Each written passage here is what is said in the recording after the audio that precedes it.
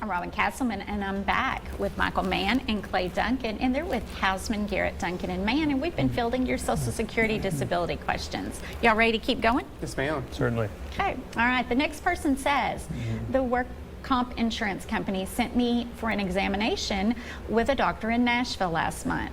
I got the report, and the doctor said that I did not have a work injury and I have no limitations. This is not true. What can I do?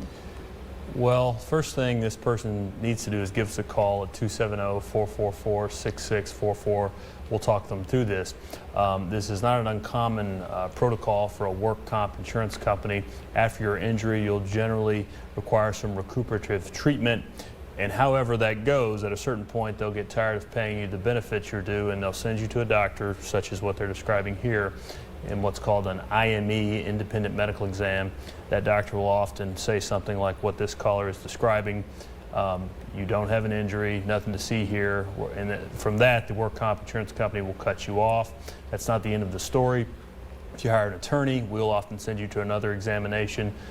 Might even talk to one of your own doctors who treats you for your work injury to get another opinion, which is hopefully, if it aligns with the facts, more favorable to you. And that is something you can use to support a claim which you may later file or negotiate if you choose to settle your claim. But that's not the end of the story, so give us a call and we'll talk further with you. Great advice. Okay, our next caller says, I am receiving Social Security disability benefits. I recently started working but have made it clear to my employer that I can only work part-time. Will that keep me under the limit so that I can continue to draw my benefits? Well, everyone has a different definition for what part-time is. And so what Social Security does is they don't necessarily look at if you're working part-time or full-time. What they're looking at is how much you're earning per month. And so in 2025, you're allowed to earn $1,620 per month. So what that means is you can work your version of part-time so long as you are not making more than $1,620 per month. Now, what I normally tell people in this situation is if you start working, you've been receiving disability and you start working, there's a chance that Social Security might flag that and there's a review coming. There's also a chance if you are making consistently $1,600 a month, yeah, that's under that $1,620. But what if you get a bonus, or what if you work a couple extra hours one month that you didn't expect, and that puts you over the top? So you need to be very, very careful if you're going to do that. You know, you can do it, you're allowed to do it, but you have to make less than that $1,620 a month. Gotcha. That's your ceiling. Yes. Okay. Let's squeeze this one in. I hurt my back at work a few months ago, and my doctor says that I need surgery, but work comp is denying the surgery. What can I do? There are a few options. The most common one we recommend, if the person has personal health insurance, if there's a denial from work comp, send that to your personal health insurance and ask that the personal health insurance carrier pay for it.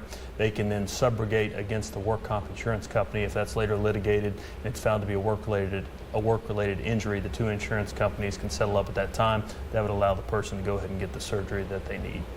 Good. You guys are always a wealth of knowledge, and I appreciate you being here with me today. Thank you. Thank you, Robin. If you would like to revisit this segment of Legal Line, log on to WPSDLocal6.com and click Legal Line. All right, thank you, Robin and gentlemen. Happening today, all 50 states are hosting free naloxone events for Save a Life Day. Now, naloxone is also known as Narcan.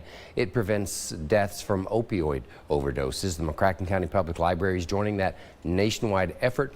They will offer free Narcan kits from 1 to 3 this afternoon, either by drive-through or walk-up. Anyone who attends can get one free Narcan kit, an in-person training, and information about local resources for those who are battling addiction.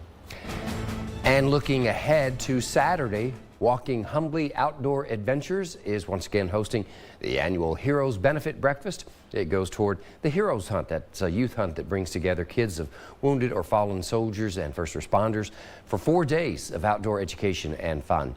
That breakfast will be held tomorrow at Southern Reds Barbecue in Water Valley, Kentucky. It's scheduled to go on from 7 till 10 in the morning.